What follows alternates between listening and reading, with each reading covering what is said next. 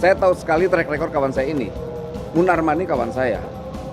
Kita tahu track record dia, saya tahu bagaimana dia berinteraksi dan dialah aktivis gerakan. Jangan sampai seakan-akan bahwa Presiden Jokowi dinarasikan atau diframing presiden yang anti terhadap kritik, anti terhadap aktivis, anti terhadap ulama. Presiden Jokowi tidak anti itu.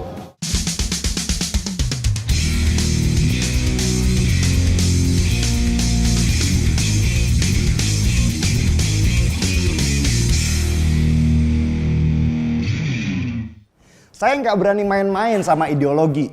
Ideologi itu berbahaya. Dia bisa menjadi sebuah agama, sebuah penghambaan karena menganggapnya kebenaran.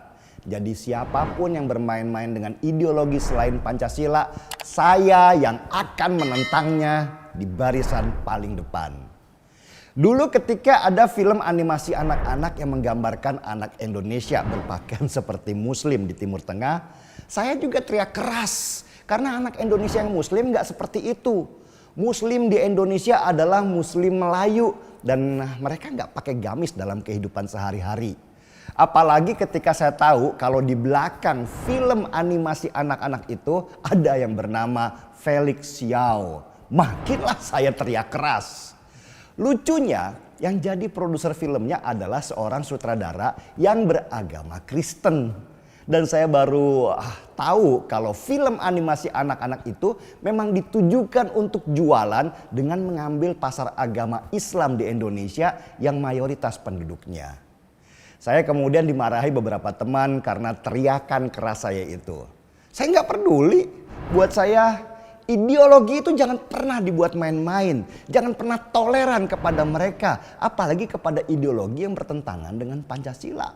Bahaya. Sekali ideologi itu diberikan kesempatan besar, mereka kelak yang akan memakan negara.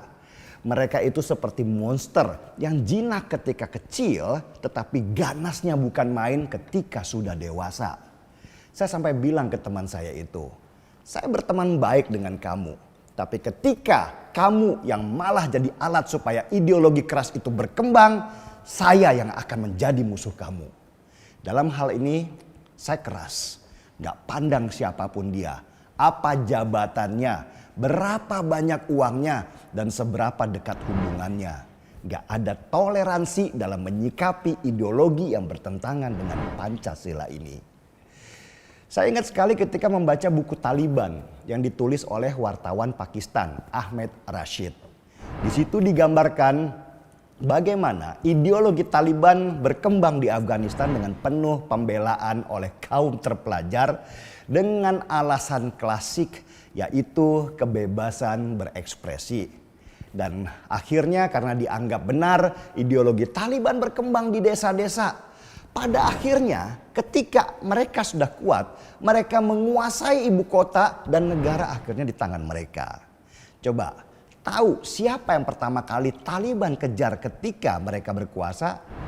Ya kaum berpendidikan itu yang dulu membela mereka atas dasar kebebasan berekspresi. Karena kebebasan berekspresi adalah musuh utamanya Taliban. Dari peristiwa di Afghanistan itu seharusnya kita belajar bahwa merangkul ideologi yang bertentangan dengan negara kita itu sangatlah berbahaya. Mereka lah yang kelak akan memakan kita. Mereka lah yang kelak akan menerkam kita dan menghancurkan negara kita. Gak ada lagi yang namanya kebebasan kelak, kemerdekaan, keinginan untuk berkembang. Karena semua sudah diatur atas nama agama yang ditafsirkan oleh orang-orang salah. Itulah kenapa saya keras sekali melawan ideologi-ideologi keras ini.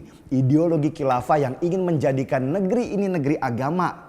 Apalagi ketika ideologi itu ingin dicapai dengan kekerasan, dengan bom bunuh diri misalnya.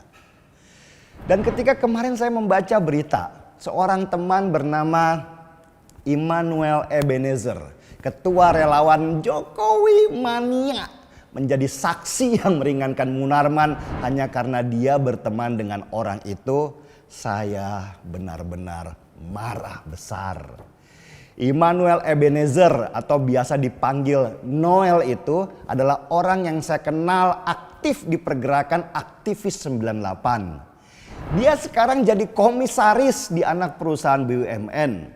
Saya dulu taunya dia menentang keras radikalisme dan mendukung pemerintah membubarkan FPI. Tapi kenapa sekarang dia menjadi pembela Munarman?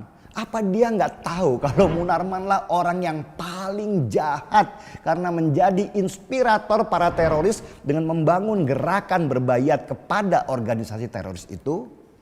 Apa si Immanuel Ebenezer ini gak komunikasi dulu dengan Densus 88 bagaimana perilaku Munarman dari sepak terjangnya dalam melahirkan benih-benih terorisme di Indonesia yang sampai ke Filipina?